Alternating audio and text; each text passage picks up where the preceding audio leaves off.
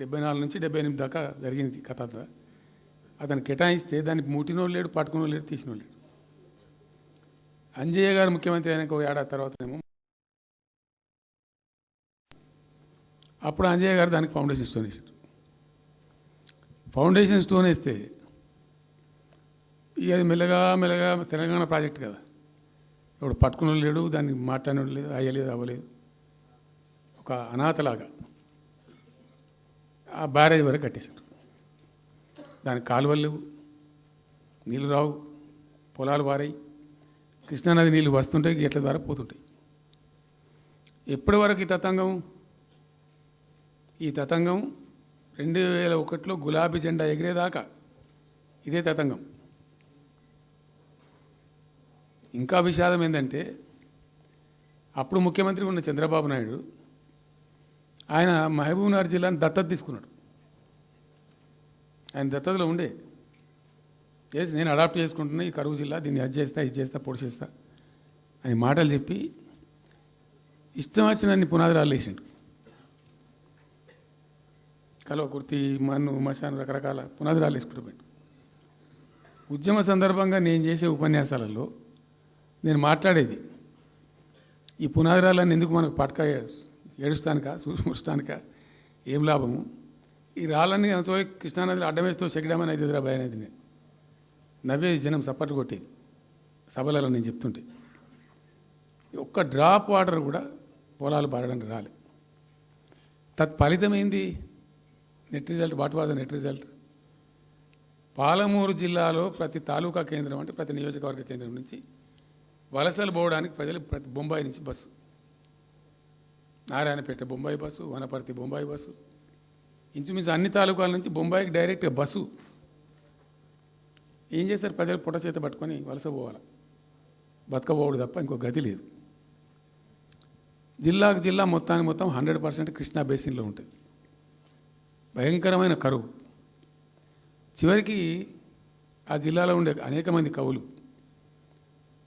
అనేక పాటలు రాసిండ్రు. ఆ గోరెటి వెంకన్న గారు అయితే పల్లె పల్లెలో పల్లెలు మొలిసే పాలమూరులోన అని చెప్పి పాట రాసి పాడిండి. ఆ పాట బాగా పాపులర్ సాంగ్ కూడా, తెలంగాణ ఉద్యమం పొడుగుతో కూడా భయంకరంగా మోగినటువంటి సాంగ్. సో అట్లా జరుగుతూ ఉంది. మేము ఏడుస్తా పోయినాం, చూస్తా పోయినాం. ఆ ఉన్న రెండే ప్రాజెక్టులు. ఒకటి బచావతి పెడితేనేమో జూరాల గతి అది. అప్పుడు చంద్రబాబు నాయుడు గారి స్లోగన్ సమైక్య రాష్ట్రంలోనే సమగ్ర అభివృద్ధి. నేను ప్రథమ మహాసభకు పాలమూరు జిల్లాకు పోయినా, మహబూబ్నగర్ టౌన్లో పెట్టాం. పెద్ద భారీ మీటింగ్ జరిగింది, దాదాపు 70,000 మంది వచ్చిండ్రు. ఆ మీటింగ్లో నాకు బాగా కోపం వచ్చి, ఏమయ్యా చంద్రబాబు నాయుడు, అప్పటికి ఏంటంటే కర్ణాటకకి కొంత ముంపు ప్రాంతం ఏమిటి, దూరాల ప్రాజెక్టులో ఏంటంటే కొద్ది ముంపు ప్రాంతం కర్ణాటక రాష్ట్రంలో ఉంటుంది. ఒక 13 కోట్ల రూపాయల వరకు కాంపెన్సేషన్ కట్టాల్సి ఉండి కట్టడు, ₹1 కట్టడు. ఏమయ్యా చంద్రబాబు నాయుడు గారు, నువ్వు దత్తత తీసుకున్నావు, కథ తీసుకున్నావు, డైలాగులు చెప్తున్నావు, ఇక్కడ చచ్చిపోతాను జనము, బొంబాయికి వలసలు పోతుండ్రు. ఇటువంటి పరిస్థితులలో కూడా కర్ణాటకకు డబ్బులు కట్టడానికి డబ్బులు లేవా? ఇదేనా సమైక్య రాష్ట్రంలో సమగ్ర అభివృద్ధి అంటే? పట్టిగా బ్యారేజ్ ఆ గోడ లెక్క కట్టిన విడిచిపెట్టేది చూసి తమాషా పడన్నా అని చాలా తీవ్రమైన విమర్శలు చేశాను. మోకాళ్ళ మీద పరిగెత్తి కట్టిండి చంద్రబాబు నాయుడు. అప్పుడు ఆ కర్ణాటక చెల్లించాల్సిన కంపెన్సేషన్ ఏదైతుందో మోకాళ్ళ మీద ఉరికి నా దాడి తట్టుకోలేక కంటిన్యూగా పెట్టినాం.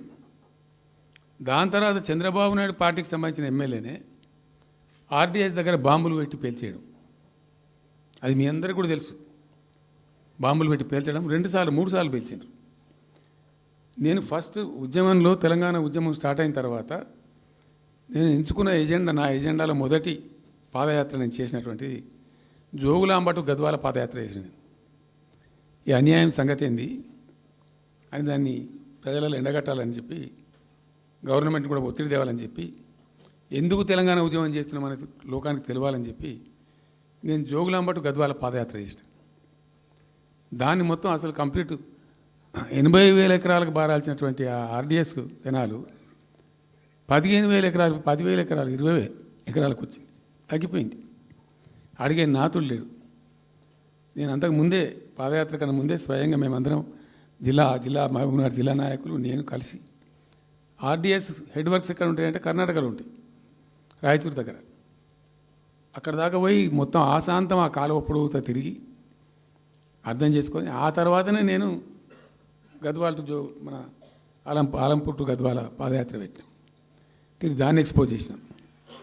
అప్పుడు అక్కడ గొడవ చేస్తే మళ్ళీ అప్పుడు జూరాల లింక్ కెనాల్ని మొదలుపెట్టింది చంద్రబాబు నాయుడు.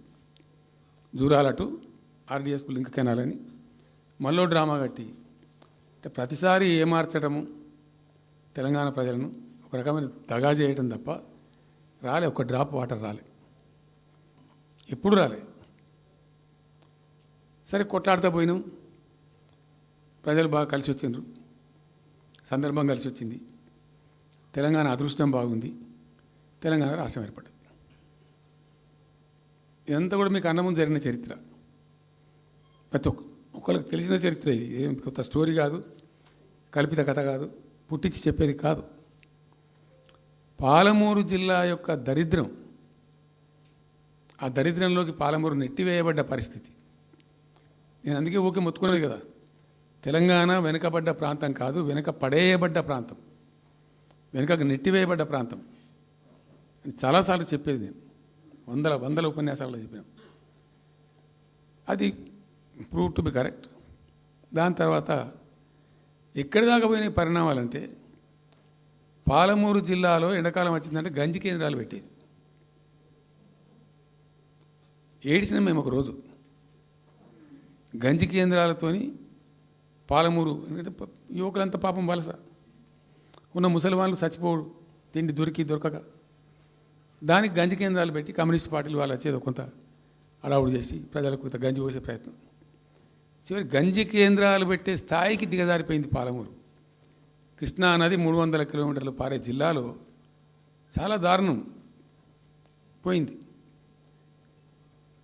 లివ్వా అంటే కేటాయింపులు ఉన్నాయి, పత ఉంది, కార్ఖానా ఉంది, అప్పర్ కృష్ణా పేరుంది, తుంగభద్ర కాలువ పేరుంది, రకరకాల బీమా ప్రాజెక్టు పేరుంది, అన్నీ ఉంటాయి కానీ ఇవి రాదు.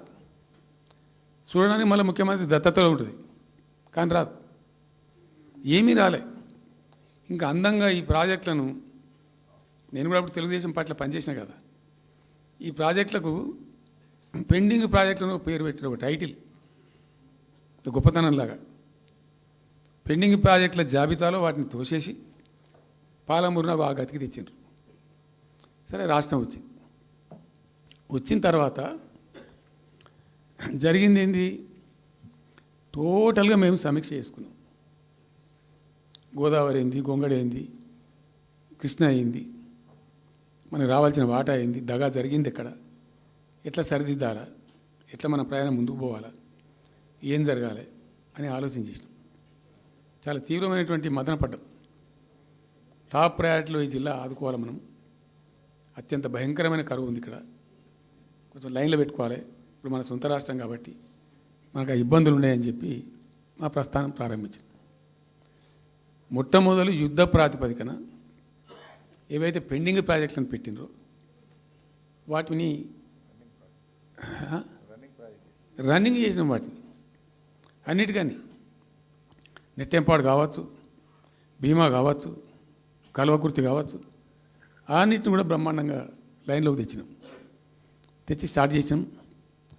నికరంగా 6.5 లక్షల ఎకరాలకు ఆయకట్టు తెచ్చినాం ఆ పాలమూరు జిల్లాలో మా గవర్నమెంట్ ఉన్నప్పుడే. ఇది అక్కడ ప్రజలందరికీ తెలుసు, అందరికీ తెలుసు, ప్రతి వాళ్ళకి తెలుసు. సామర్థ్యాలు పెంచుకున్నాం కొన్ని. నెట్టెంపాడులో భాగంగా ఒకటి రేలంపాడు రిజర్వాయర్ ఉంటుంది, అది జస్ట్ 1.5 TMs, 1/4 to 2 TMs అది ఉండే.